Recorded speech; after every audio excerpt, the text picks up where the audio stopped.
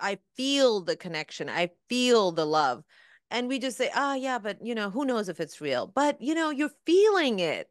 Right. The whole human body operates off of what? Feelings. Welcome to Spiritual Rockstar Podcast, where world changing spiritual entrepreneurs come to deeply awaken the power within to bring forth their greatest purpose, while enjoying being in tune with all life and real wealth in all aspects of their lives. I'm your host, Daniel John Hanneman.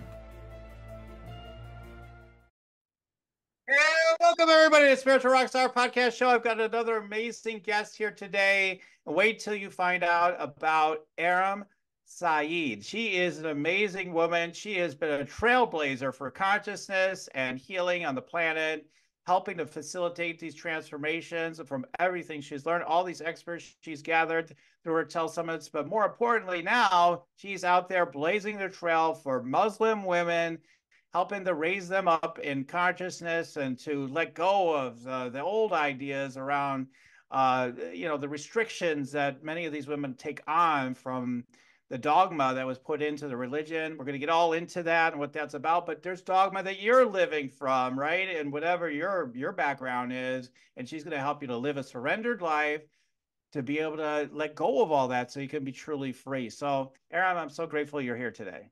I am so grateful to be sharing this space with you, Dan. We've been friends for a long time, and I am super excited to be here. Awesome.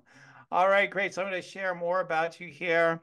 So Eram is one of the leading coaches in the online business space and rules of consciousness entrepreneurship.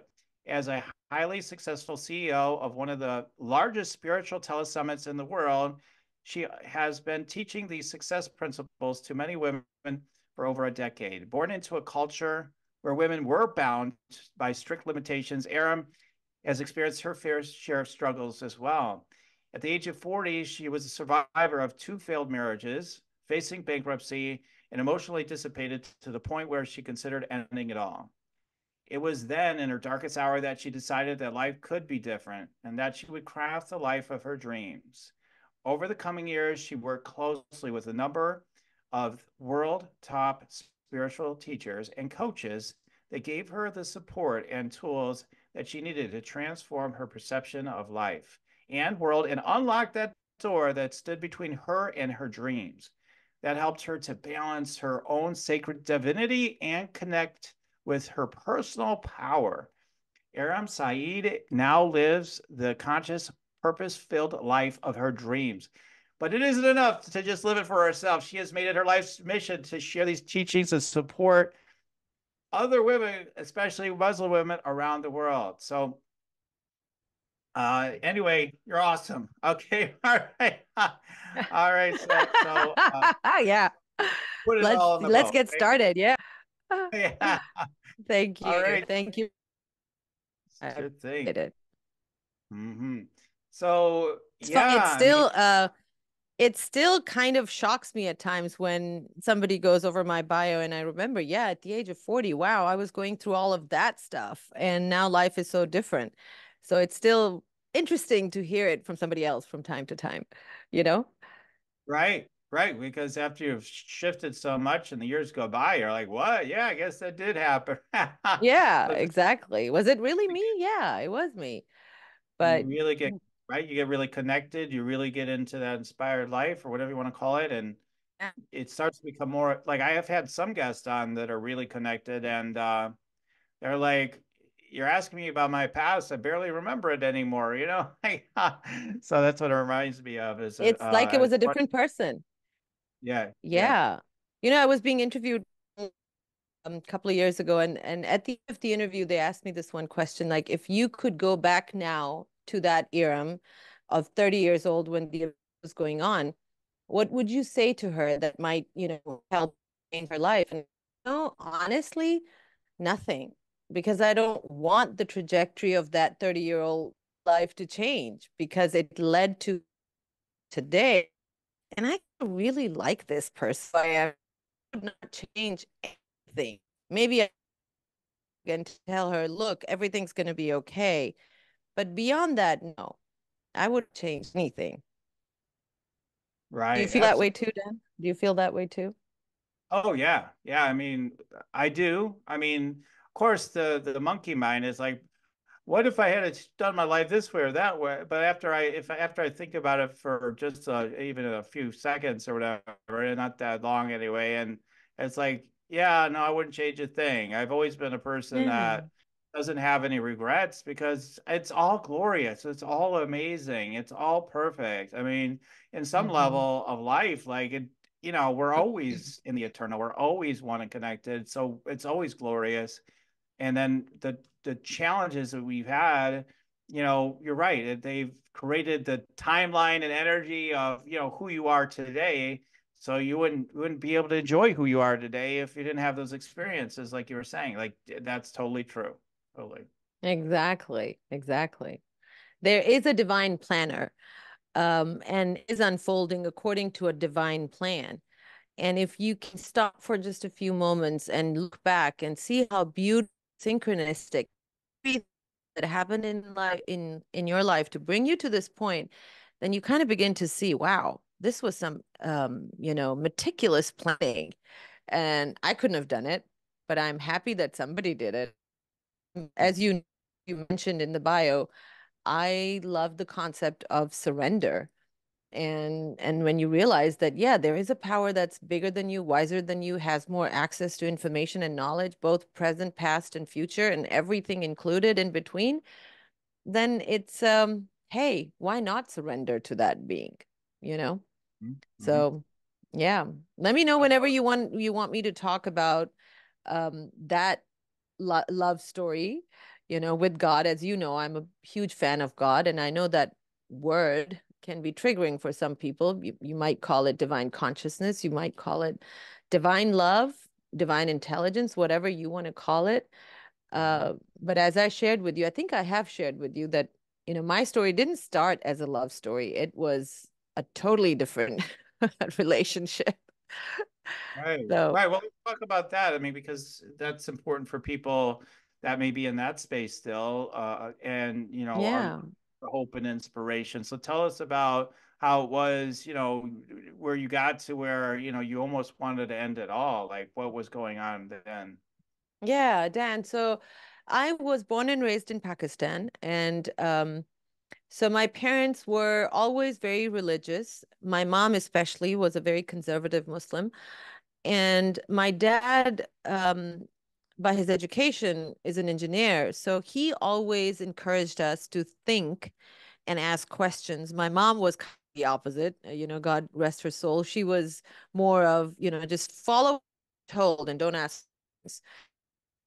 The only daughter, and I was raised in a very conservative environment.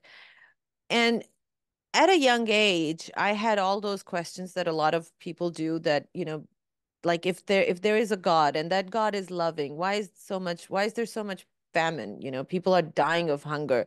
Why are there wars? Why does he allow so much evil to, and pain? So that, plus what I felt was oppression on me.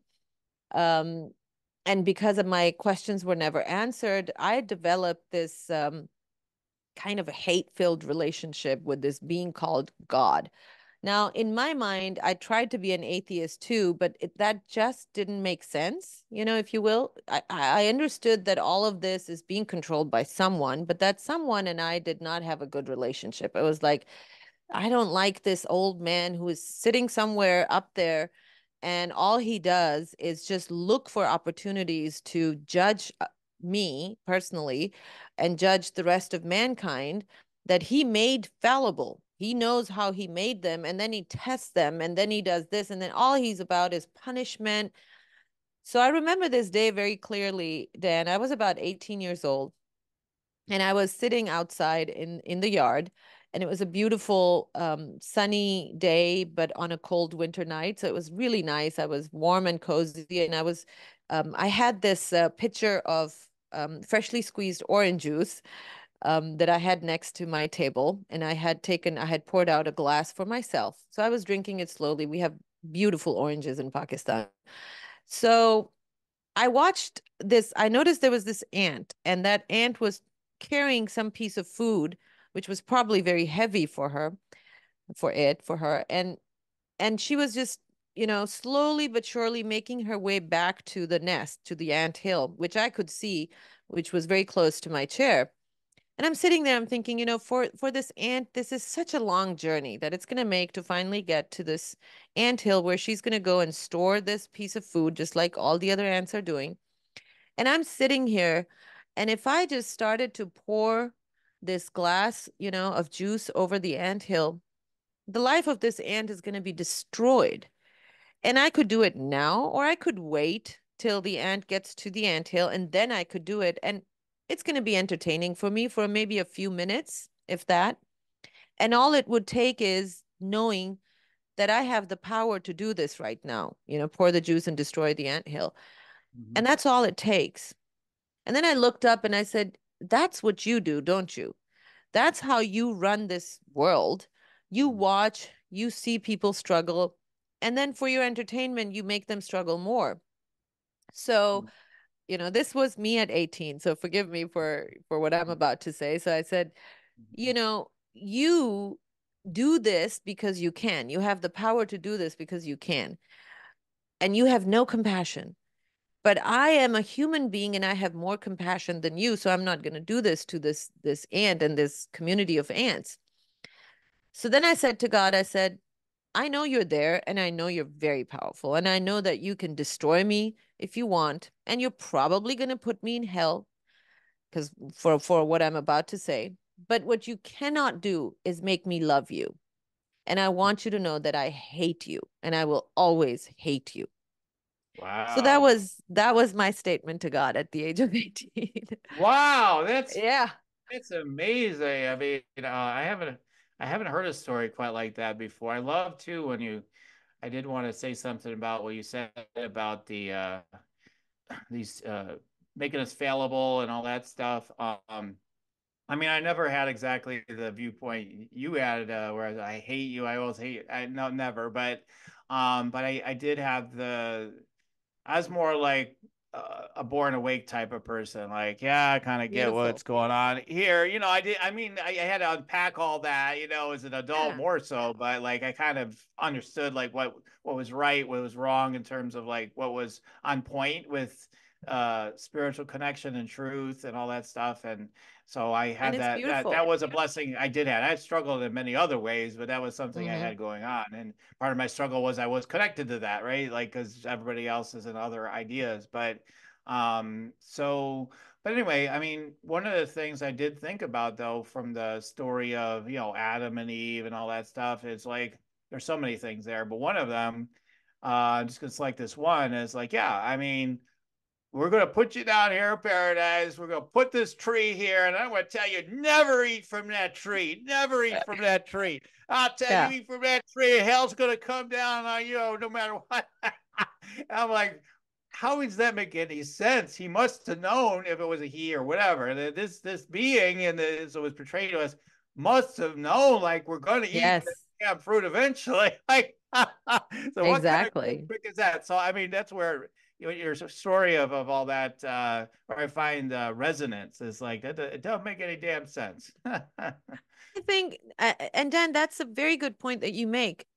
Dogma um, is where we get tripped up. Dogma is not necessarily religion. Religion is a beautiful thing. I think religions are beautiful, but so much pain has we've seen so much pain in the name of religion because it's not because of the religion. We make the religion wrong for it, but it's actually people who use religion or, as you now know, Dan, I mean, even spirituality is being misused.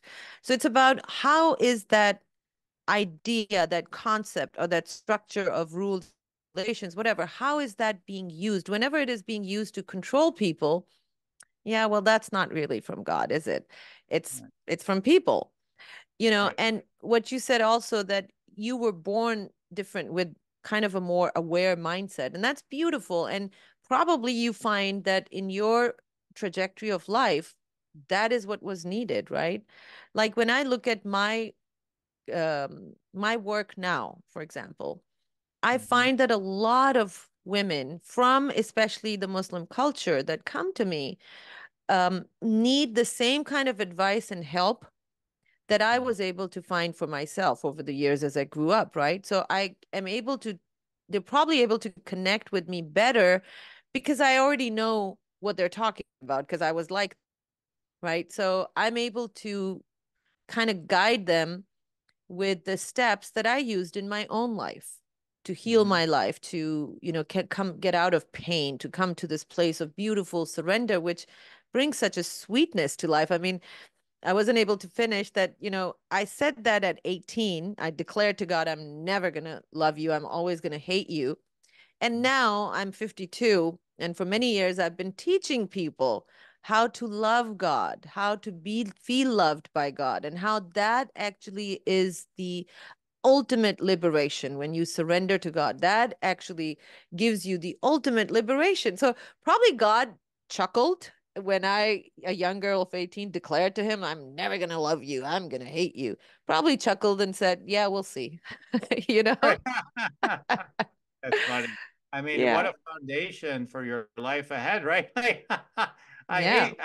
so when I hear that, when I see it in people's energies, things like that, even if it's not a conscious thing, like you're basically saying, I hate life then, hmm because, we Well, don't I even, hated injustice, Dan. I think yeah. now when I look back, because I was constantly told, well, you can't do this because you're a woman. You can't do that. And God doesn't allow you to do this. So the just person in me couldn't take it. And Yeah. my soul, of course, at some level understood, as do all of our souls, that God is love. We come from love. We are love. So somewhere my soul was rejecting the lie that was being fed to me. Now, at 18, my brain wasn't smart enough yet to understand that. So it wasn't that I was rejecting God per se. I was rejecting the version of God that was being fed to me, Right. Right. which is what I think a lot of people go through, not understanding that when you're rejecting God, you're not rejecting God. You're really rejecting your idea of God that you don't like, and rightly so. As I said to you on the call, I'm teaching people now who took spirit out of spirituality.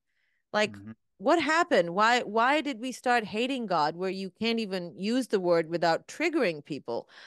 And what happened? And if you look at that, it's all those notions we have made, and whatever beliefs we have around what God is. It's all about that control and the lies that have been associated with God. But that's not who God is, as you very well know. Right. Right. I mean, yeah, we use some kind of name, right? I mean, yeah, I've heard people say, "Oh, I don't like that word God. God is dog backwards," and like I've heard all kinds of goofy comebacks to the idea of Yeah. like this word. It's like, okay, whatever, call the energy whatever you want, like or Yeah. whatever you look at it, like source, spirit. What I use them all. Like I adopted using them all at one point because there were so many people that had their issues. And Yeah. nowadays, I don't really care, but I just so in the pattern of using all the different words that, I just kind of do that. So, but yeah, when we allow ourselves to finally get to that place where we're able to let go and know that there's something beyond what we've been told, and we have access to it already. We start to understand these things like, okay, no, this isn't, what we were told. There isn't a guy in the sky telling you, giving you rules and dogma and stuff. Like, no, this is coming from man. There's something more here. But it often comes through the crucible of suffering, right? So almost always. So I mean, that's one of the funny things about it is, not everybody maybe, but almost everybody, like that's how it happens. It comes through like because all your false beliefs that you build up from, even if it's been inherited, like you have false beliefs, now you're going to suffer. Then it has the potential to lead you to awakening. So but yeah. So anyway, you're 18, and then what happened after that? So, because I want to hear your journey of that, how that suffering like cracked you open in a big way. Yeah. Yeah. So, as you could probably tell, even at 18, I was pretty rebellious. And that's been kind of part of my nature, and it still is with me. And so I got married around 21. And for my mom, that was really old. She thought, oh my God, my daughter's never going to get married. So it was your typical arranged marriage kind of a thing. I did have a say in it, but didn't date. I wasn't allowed to date. So got married, moved to Austin because he lived in Austin, Texas. So that's when I moved to the United States. And it was an abusive marriage. Um, had a daughter with him, got divorced, and then got remarried around 31. And that one also ended up being abusive. And then fast forward to 2008, 9, which is when I was going through my second divorce. And now I had two daughters and two abusive marriages.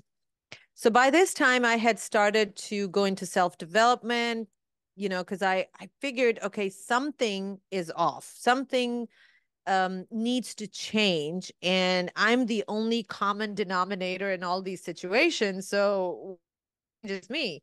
And I need to work on myself. So when I started listening to tele-summits, it was a really new thing back then. I don't know if you were on any tele-summits Oh, at yeah. that time, but Hosting them back then. Yeah. yeah.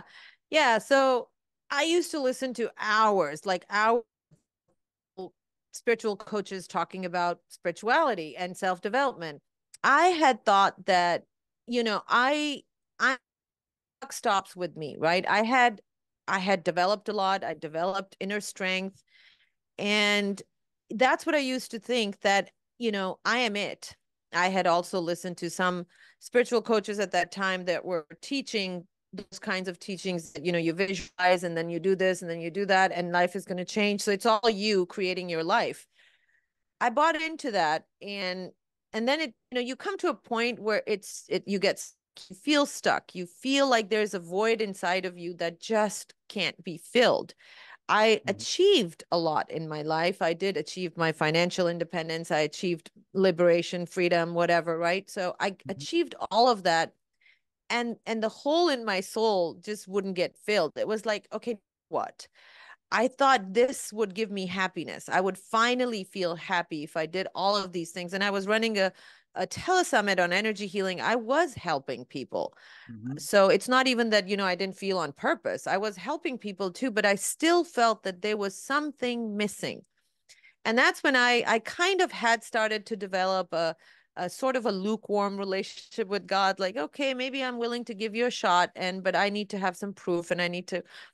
So when I went through those most difficult times, when I had bankruptcy going on, I had my divorce going on, and then I ran out of money, so my divorce attorney sued me for lack of payment, and now I didn't have any attorneys. And then there was a domestic violence case in which I was the victim, and so that was going on too. And in all of these, I had no attorneys, and my ex-husband's attorney actually labeled me in open court as a terrorist, because my dad was in the military in Pakistan. I came from a military family. So not that it was true and not that it made any sense for him to call me that, but you're talking about Texas, and you're talking about, more than a decade ago.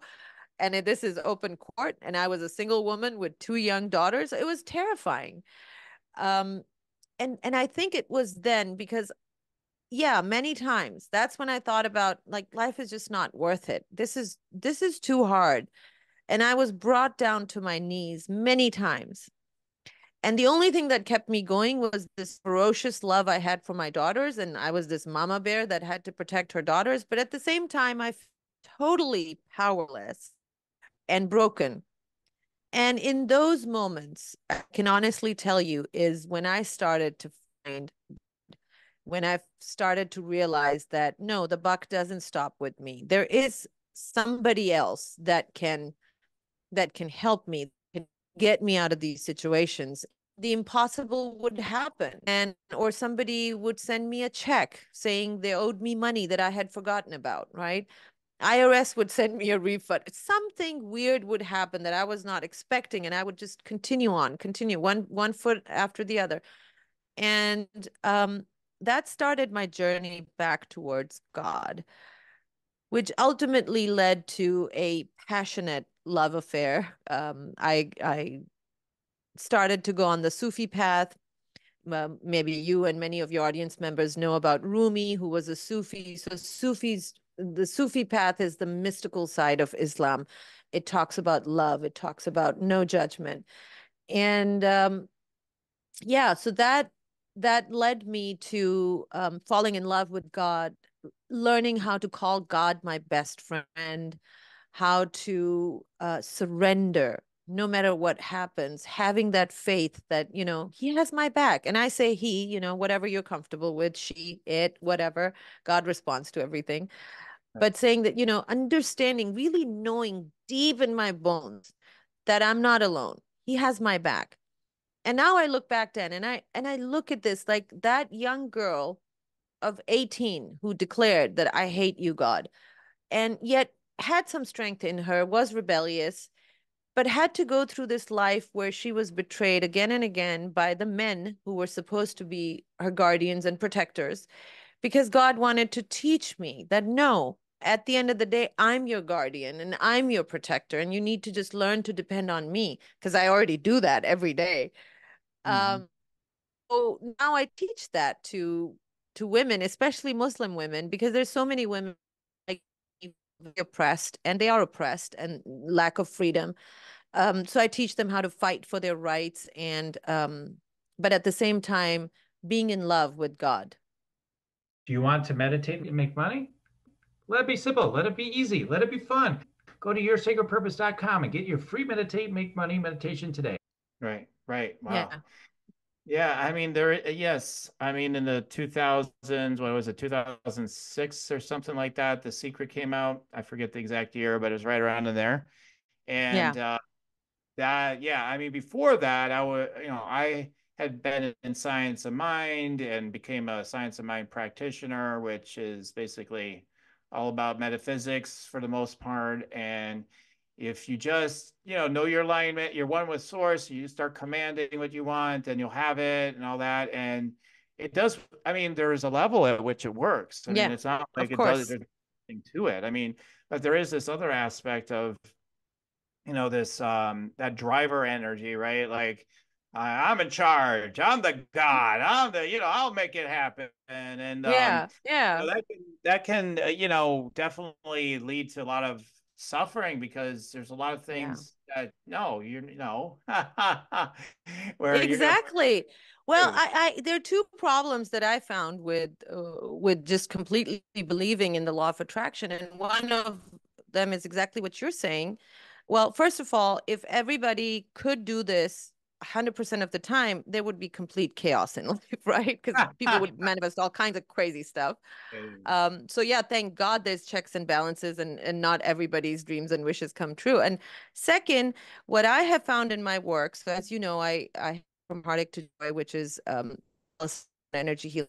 I have a lot of followers that are from North America and Europe, not Muslims. And one of the things where there's suffering, there's so much suffering, is this sense of loneliness and sense of shame because they don't want to say it out loud, that they feel so responsible and guilty that they have not been able to manifest. So it's like, oh my God, I'm a bad manifester, or I'm not good at this. Something is wrong with me. I'm broken. Other people are manifesting the heck away out of everything they want, but I am not. So it's my fault. Something is wrong with me. And when I talk to them about God and when I talk to them about surrender, it's like, oh my God, this huge weight just got lifted off of my shoulders. It's not my fault. This is how it's meant to be.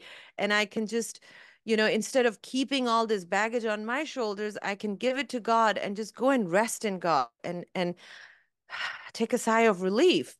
And I think the huge injustice, Dan, that has happened spirit out of spirituality, and we've created these holes in our souls. Because here's the thing, what I know, and please weigh in on this, that the soul can only feel happy and at peace when it's connected to God, whatever you want to call that source, energy, universe, whatever you want to call that.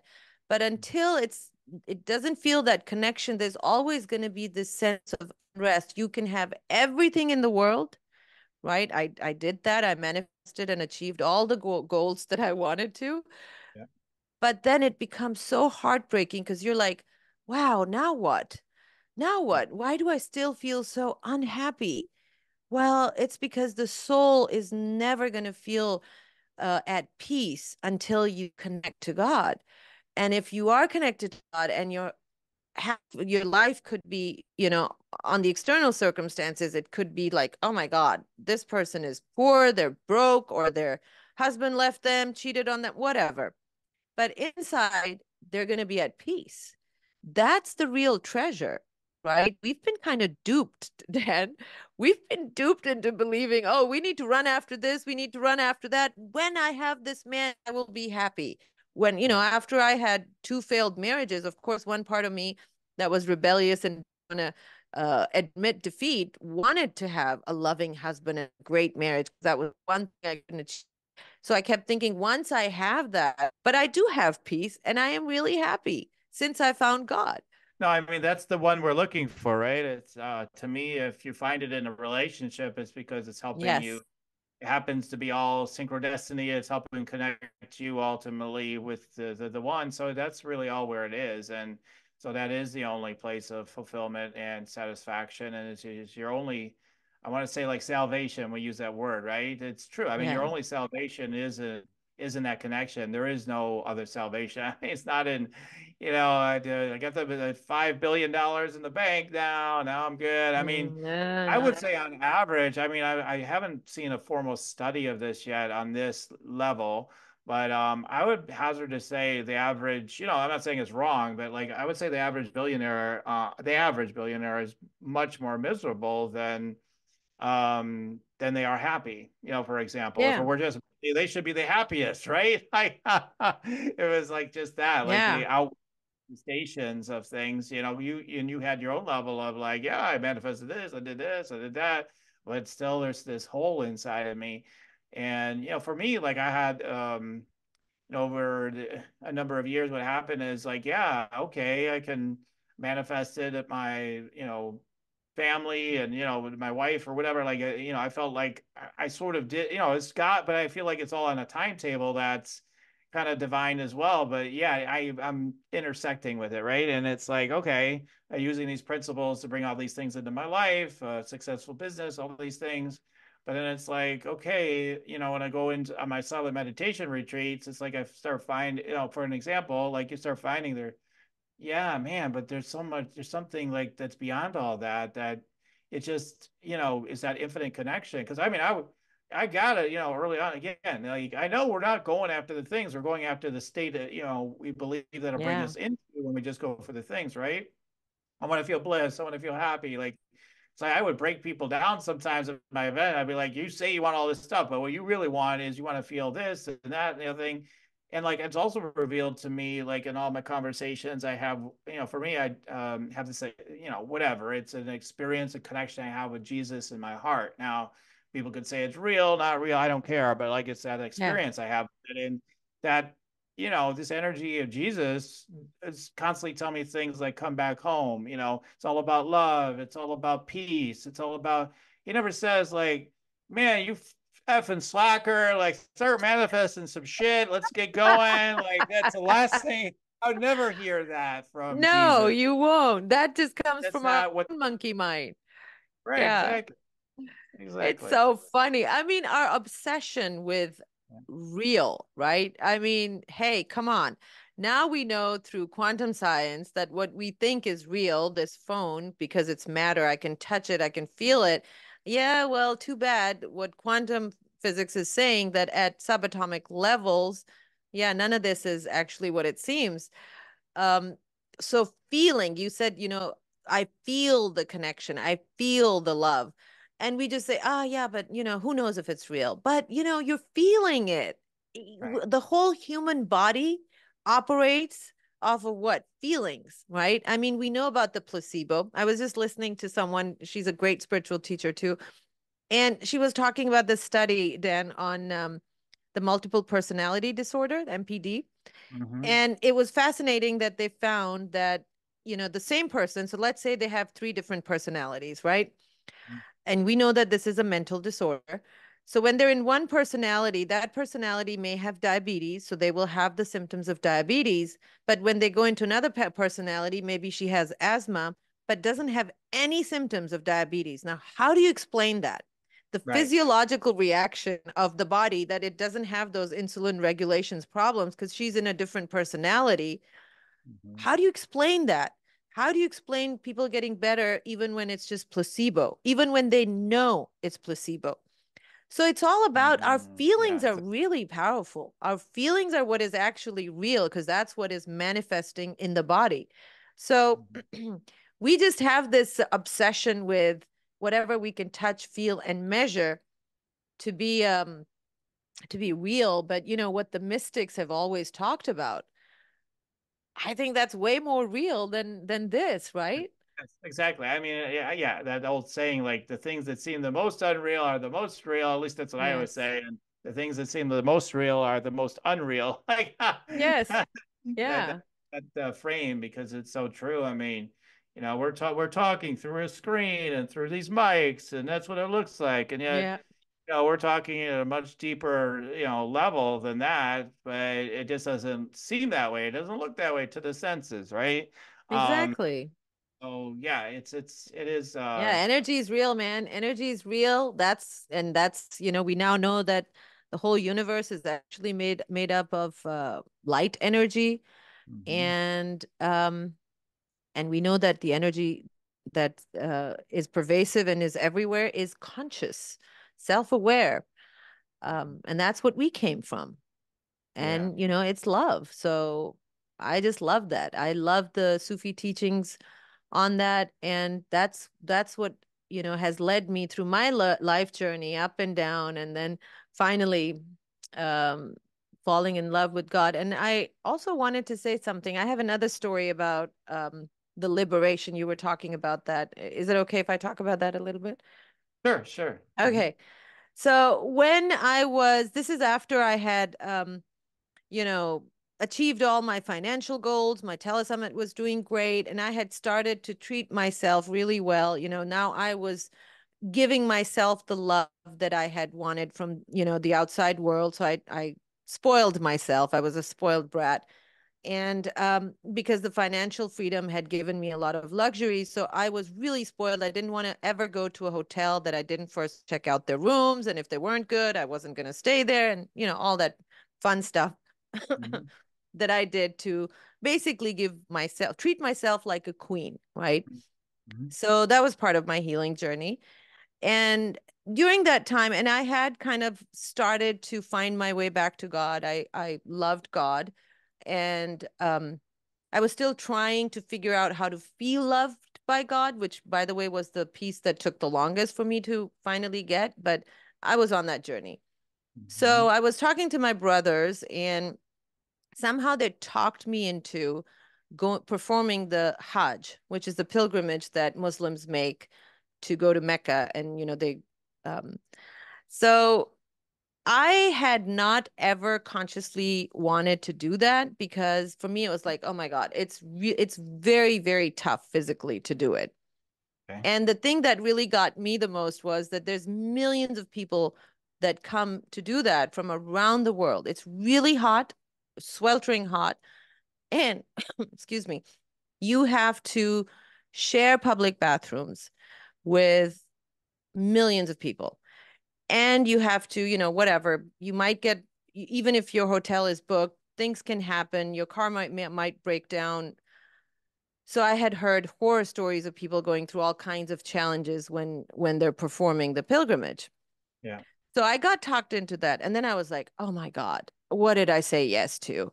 um I don't know if I want to do this. And I had my dialogue with God. I've had a fight with God. I'm like, if you exist in my heart, why are you calling me to that difficult place?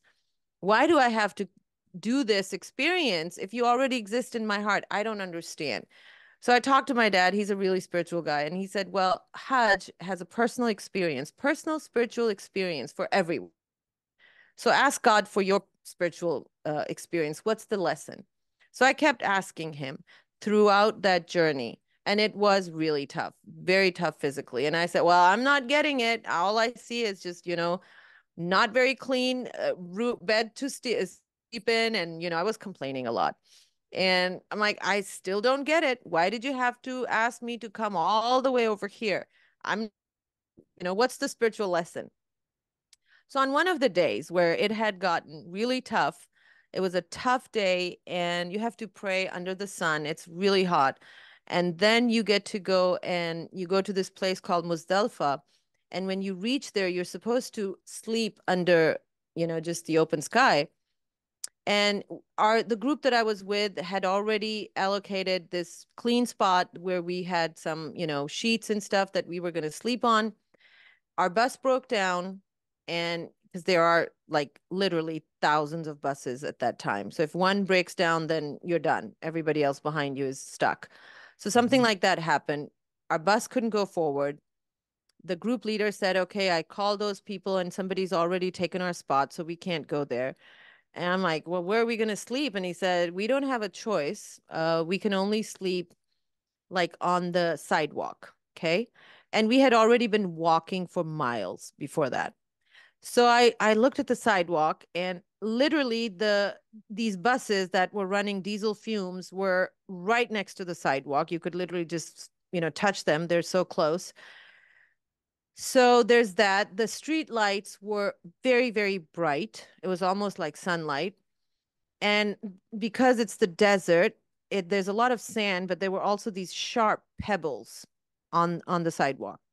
Mhm. And I'm like, oh my God. So everybody in my group, because they knew because I had been making noise, I was very finicky. They were all worried about me. Like, this spoiled brat from America is with us, and how is she going to sleep? Everybody was worried about me.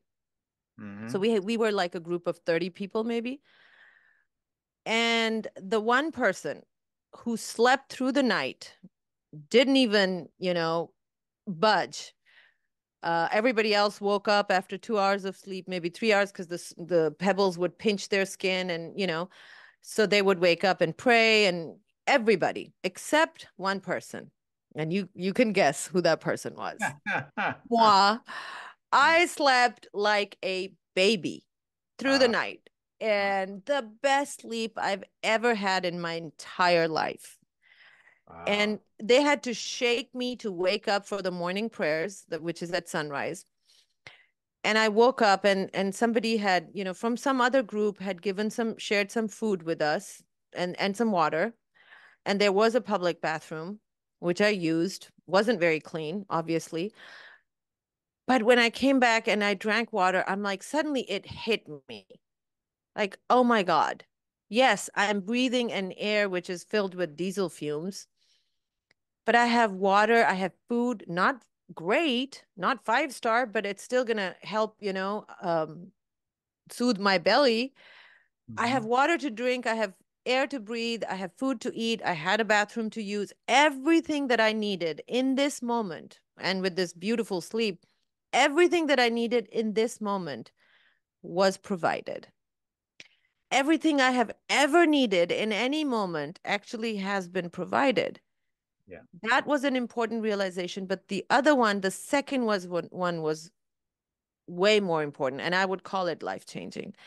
That was that all those things that I called my achievements, which led to these comforts, right, were now my new oppressors. I was a Mhm. slave to all of those things that I absolutely had to have. Without them, I cannot be happy. And Mm. I realized, like, oh my God, I went from one form of oppression and slavery right into another. Mm. And until I yank those chains off, I am not free. I'm not liberated. So that's what led to that path of surrender. That when you surrender to that one being, you're liberated, man. You're just, nobody can control you after that. Mm. Right. Well, yeah, Yeah. exactly. I mean, that's a really important in this day and age because there's all kinds of voices out there. I mean, even the ones that sound like they're tr the truth tellers and whatnot, but like everybody's got their story, and we can. I mean, it's all okay. We're all, it's all good, it's fine. But I'm just saying, like, yeah, we don't want to drink the Kool-Aid, so to speak. When we're connected with source and that infinite connection, and we realize that's all we really need, then we're less likely Mhm. to give in to fear and nonsense that might be going on and getting caught up in all that stuff because we realize, okay, well, it is what it is. It's what's happening. We could pray, we could align our energy for something better or whatever, but it is as it is. If we bring our heart, if we bring our love to this situation, that's the best thing we could possibly do. I mean, there's all kinds of liberation that can happen from just loving self-acceptance, which is again contrary to what the mind believes. No, we need to make it sure it changes no matter what. And Mhm. as soon as we get that change done, it wants 20 more, right? So it's got an insatiable appetite. And so I love those what you said too about those, new oppressor. Yeah, that the material could become the oppressor after you Yeah. feel like, no, I made it. Look at me. I feel so good about myself. Look at what I can have. I'm in the best hotels. I have all my comforts and everything. And then it's like, but if you don't have it, you're like, oh my Yeah, God. life is hell. I don't like this. What the Right. heck? And yeah, it's Right. it's that falling in love with the present moment, no matter what it is. Learning to fall in love with that present moment, learning to, keep that loving exchange moving, even when you're facing a challenge. Because it's easy for us, those of us that are spiritual, it's easy for us to feel that connection when we're enjoying something, when there's a blessing that has come our way. So we go into gratitude and all that stuff. And that's great. That's wonderful. But I think it's also very important to keep that loving connection of gratitude alive and thriving while we're going through a challenge, because that actually, I'm sure you've experienced this too. It lifts the suffering from the challenge that we're feeling, because pain is inevitable. We're going to experience pain since we're going through this human experience. Mhm. Suffering, however, is a choice. We can choose to suffer or not while we're experiencing pain. And I'm not saying by any means, Dan, that I've figured this out and I'm perfect. It just prolongs our suffering, right? It's like, yeah, what has happened, or what is happening is happening. And I'm not saying that surrender means you don't try to change your condition. That's not what surrender means. Surrender means first you accept that there is a loving God and who is in control, but there is some benefit for me in this. Yeah, I mean, I've experienced complete connection and bliss and in midst of my greatest suffering at times because Yeah. I surrender to it. I'm just like, oh my God, I don't know how to explain it, but like you wake up, it's like, I'm actually in heaven already. It doesn't matter that I'm in Oh, that's so excruciating pain. You know beautiful. what I mean? Like it's like it almost amplifies your bliss. When you get in that right space with it. Like, Yes. God, I'm so blessed. It sounds So insane. beautiful. True. So beautiful. I'm in that more connected place. It's like I can also just see how petty the mind is too. Like the mind's always like complaining, right, about things. This isn't quite right, that isn't right, and I wish I did that, and I wish this, and I wish upon a star, whatever. It's constantly complaining. Hmm. Why is the world this way? Why is this? Why is that? But once you get past all that, you see what a blessing, every moment is. It's just you get in that transcendent state. There's nothing like it. And no, I'm not in that state all the time at all. But I know with the practices like you talked about, you know, gratitude, all these different practices that we can bring into our life, meditation, prayer, whatever, like all these different things that help us, to harness that, and then letting go of our attachments to what we think is real and true, and just as well, like there's so many little things, that help us to just deepen that connection, and we can really, live that life where you're unlimited. I mean, when you're connected to that energy, that love in your heart, that with the infinite, you're not lacking anything ever. It doesn't matter what your health, doesn't matter your money, it doesn't matter anything else. It doesn't, it just, in a sense, it really doesn't matter. I mean, yeah, when the part of your mind that thirsts for things and wants to get safe and, all this kicks in, and might judge it again. Like, wait a minute, no, we're not quite there. And, that's okay. But, when you're really connected, you see through the illusion of all that, though, that's not really what you think it is. And the other thing that one of my teachers really helped me with, because I was a little bit of a control freak for a while with this metaphysics, is like, you're not as in control or, influencing things as much as you think. You are, but not as much as Uh-huh. you think, right? And I think that's really liberating Yeah, because yeah. you're constantly judging yourself there too. Why am I not a better manifester? Even if you're a great manifester, you'd be like, but I should have manifested that, and I should have done this, and am I just going nuts to the heart? It's like trying to control Yeah. everything, right? And that's no good. And you could take these teachings to extremes too. Like, well, that means be totally passive, be totally this, totally surrendered, and it's not about necessarily that and the way that I'm saying it, like this total passive way. But I think for people that are, go-getters and, whatnot, controlling types, you really, really need to hear this. And I would say most people are more on the side of, feeling like I've got to change things, I make it happen, and they get so caught up in that they don't embody this surrendered aspect of life. And then from that place, yeah, you can manifest, you can kind of, direct things a bit and whatnot. Absolutely, a million Yeah, percent. You don't want to lose that, but you have to have that connection first, like Jesus always exactly. says, and we've heard time and time again, seek the kingdom within first, the heaven on earth within first, right? It's first, like everything Yes, added on to you, yes. right? So that's the key. Well, Absolutely. I feel, Dan, that when you, and what you said was beautiful. I agree with it. When you are connected with the divine, it's when we're talking about connected, it's like, when you plug in your iPhone, it's connected to the charger. It's that connection feed you. That being connected to God is it's constantly feeding you. Right. And we know, Dan, so many people will not manifest success or their purpose because they are the biggest obstacle on their path. And Hmm. it's those false belief systems. I'm not good enough. Who am I to believe this? All those things that actually hinder us back. When you're surrendered, all of that goes away. Hmm. And, the divine will just work through you. And you will never see somebody like that doing any kind of harm on the planet. I don't care what religion they're from or no religion or what Hmm. spiritual, language they speak, doesn't matter. They will have this thing in common that they will be a source of love, compassion, something good for humanity and for other living beings and planet.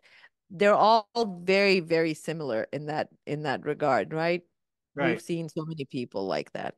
Right. I mean, I guess what I'm pointing to is people like myself that have, numbed out from this reality at times on the path and be like, well, screw it all then. And I'm just surrendered and que sera, sera, I'm surrendered to it Okay, so all. And whatever Kumbaya, happens, let's sing Kumbaya together. right, right.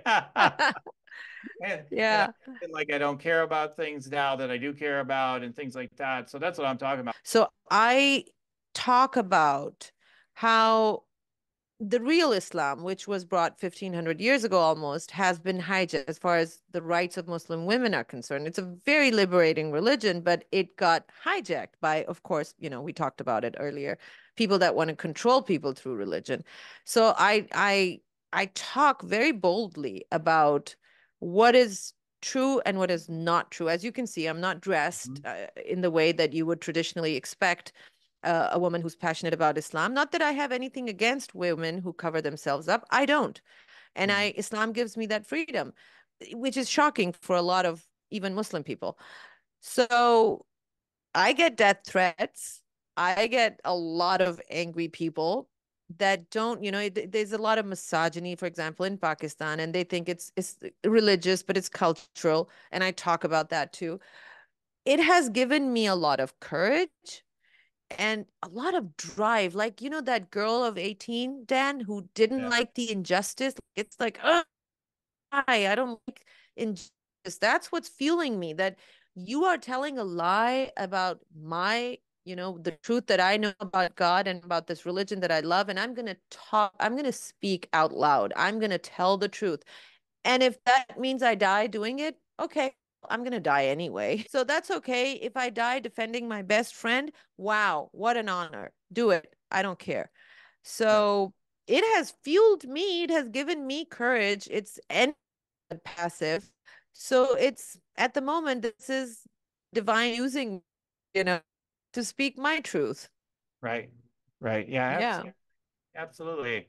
Yeah, totally. I mean, yeah, I just want to put in some discernment in there for some people who because I've helped healers for a long time, like you have, and we all know healers that think they're surrendered and they're just white lighting and they're not in contact with the real flow or reality and they're just, so that's again, like that's why I call it spiritual rock star. Like so it can be completely surrender, but then like you say, if I died, I die, like that's what I mean. Like, let's go. Like from that Yeah. space. So yeah, Let's go. Exactly. Why fear?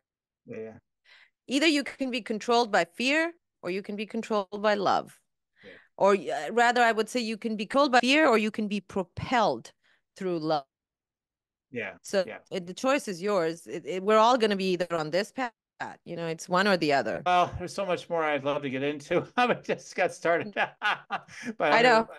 we're gonna leave it there, I Yeah. think. But I know you have some amazing things to share additionally with everybody. So did you want to share that with them now? Sure. I thought that maybe your audience would really like to experience this documentary we made. It's a docuseries we did a couple of years ago because there are so many people who still don't quite understand what energy healing is and how it works. So we have a lot of science that is explained in the docuseries, and they get to see some energy healers work with clients too. So that if they want to check that out, it's free. They can go to energytheultimatehealer.com, energytheultimatehealer.com. And I think they just register, they give their name and email address, and they can get the docu-series for free. Oh, that's fantastic. And make sure you look her up on YouTube too. She's got a bunch of YouTube videos and speaking about all kinds of empowerment. And, I just looked briefly, but you've got all kinds of videos out there, some that have reached a lot of people and quite a lot of people. And so that's another way you can connect with her as well. There's, so many things we could share, but those are a couple of things to bear in mind. So, Aaron, from there, I just want to share just briefly a couple of quick downloads I'm getting. You know me, I'm the energy scan guy and all that. So I'm going to Yeah, see you love it. briefly and share a couple of things and listen in, everybody, because there may be something here for you. All right, you ready, Aaron? Yes, I am. Okay, let's see what comes through today. I,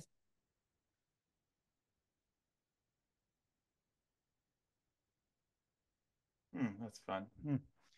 Okay, so I think what this image is telling me, like I got you're like I see your face coming out of like a box, like you're Jack in the Box we call it here in this, like you're probably familiar with that, but also you pop out and you're like here I am, like so I feel like that it's like all of us now, like your truest life purpose and mission, everything's part of it, right? That's led up to this moment, but like it's come out and you're like here I am, and it's like you're in that flow though, like that Jack in the Box that comes out and it's wobbling around. You're like, okay, here we go, and like, feel uh, like, boo, I'm out of the box now. right. Boo.